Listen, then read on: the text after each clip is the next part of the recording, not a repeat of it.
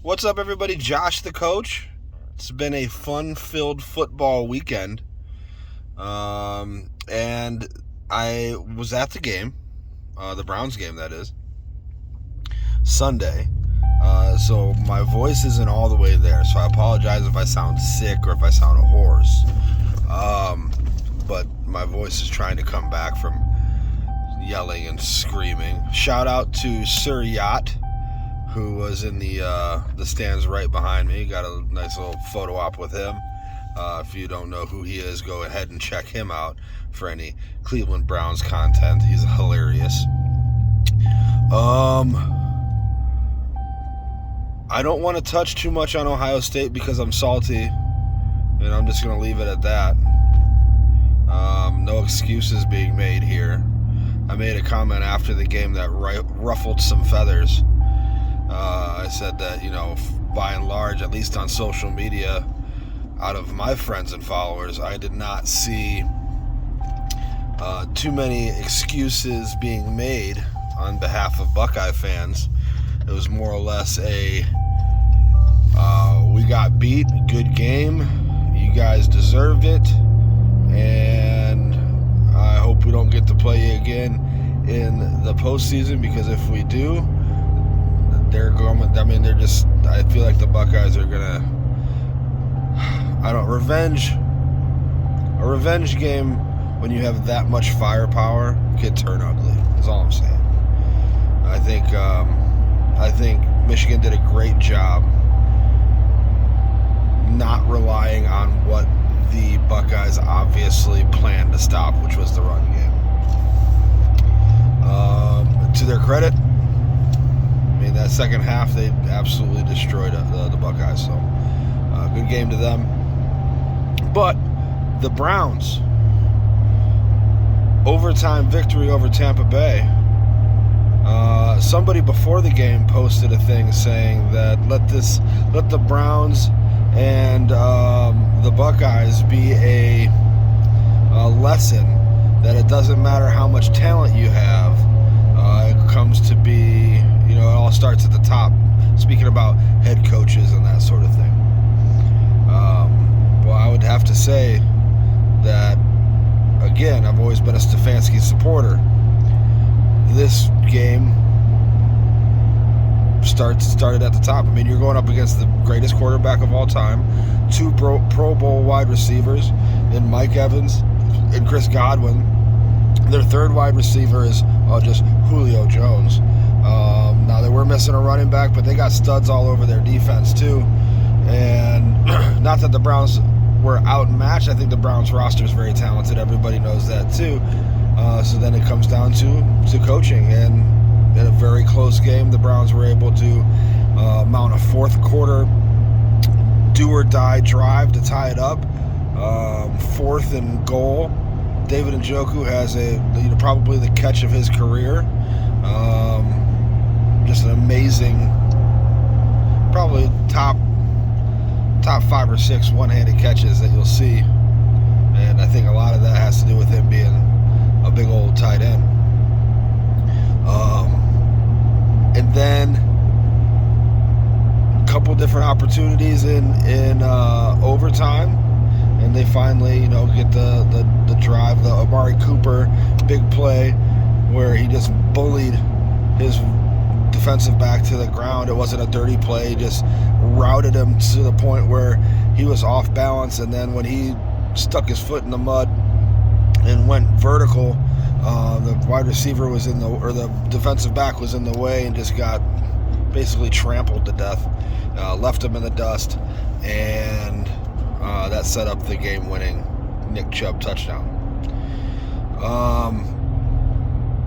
The biggest thing is, this is another, I've been saying it all year long, when the defense shows up, we win games.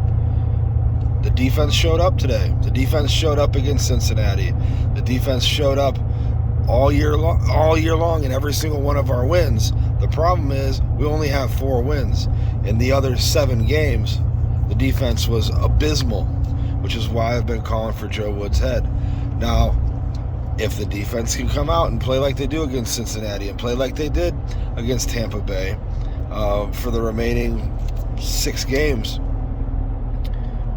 I'm here for it. I mean, go for it. That's great, But the fact that last year it took until the last 5 games of the season for the defense to show up, and this year the defense has been so inconsistent, and there's no guarantee that it's going to show up for the remainder of the season. Anyway, I still think you got to look at your defensive coordinator and say, listen, man, it's just not the level of consistency and performance that we need. I mean, there's being plays made for some reason, people were getting on Myles Garrett a little bit over the last couple of games, saying, where have you been? He's a monster, man. He had 2 sacks. It took him until the 4th quarter to get this first one. Got a second one in overtime. But if you just watch him, if you go through and you watch the tape, and you just watch him on every single play, number one, the dude gets held almost every play, and for some reason, and this is one of the reasons why my voice is going, the referees just ignore it.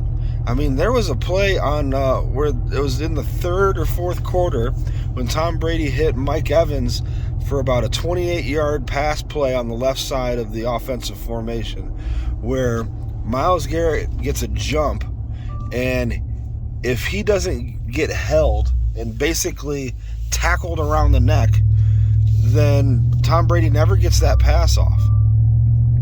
And that's exactly what happened. The offensive tackle, number 75 or 76, I think, I can't remember what his name is, gets him up around the throat, gets his arm in front of him, and pulls him down. I mean, it's a blatant hold that's not even hard to find. You don't have to look for it hard. You don't have to be even looking for it. I wasn't looking for it when I saw it. I was watching the game and it just stood out, and they don't call the penalty. So then after that happened, I started watching it more often, and every play the dude gets held, and he's still a wrecking ball. He gets 2 sacks, quarterback pressures. I mean, he is the cog of that defensive front 7. I mean, it really is impressive what he does, even if it doesn't show up on the stat line. Now, that having been said, moving forward, we have a winnable schedule. Deshaun Watson comes back this week against the Houston Texans. The Houston Texans are a dumpster fire. Now, this screams a little bit of a trap game because the Browns just came off of a win, which was, a sigh of relief. They were losing games. They come off of a win, and now they have the worst team in the league in the Houston Texans. So hopefully they don't take them lightly, because any team in the NFL is dangerous. But you should 1,000% beat the Houston Texans. This would be a perfect game for Deshaun Watson to shake the rust off. There's a lot to be said about him going up against his former team. To me, once the ball snaps, everybody's playing football. All that storyline is just before and after. I mean, while you're actually playing, you might get some shit talking or something like that. But for the most part, once the coin is flipped and the ball is kicked off, everybody's playing football. It's almost instinctual. I'm not too worried about any of that. And then after that, you have a very winnable schedule. Your 2 hardest games are against the Ravens and the Bengals. But the Bengals, until proven otherwise, just cannot beat the Browns. For whatever reason. The Ravens, that's going to be the toughest game on the schedule. And then the rest of your games are against, like I said, the Texans, the Commanders, the woeful Steelers. You can legitimately win out. There's a chance for them to legitimately win out. I wouldn't bet on it, obviously. It's not something that I think is likely to happen because stringing together 7 wins is hard to do in the NFL. But on paper, you have favorable matchups the rest of the season. If they win out, they're a 10-7 team. And listen, that's probably a playoff spot. But you got to win out. I'll talk a little bit more about Deshaun Watson later on. Again, shout out to Sir Yacht. A shout out to Lauren, my beautiful fiance, for pretending to be a Browns fan with me. She is. She's I keep taking her to games, so you can't be in that environment very often, or that so often, and not become a Browns fan. It's the greatest place on earth. Well, I was corrected. The greatest place on earth is where my family is. 100%. I agree with that. But that's not a place. That place moves around. The greatest structure on earth, Cleveland Browns Stadium. I got to get more tickets. All right. See you later. Bye.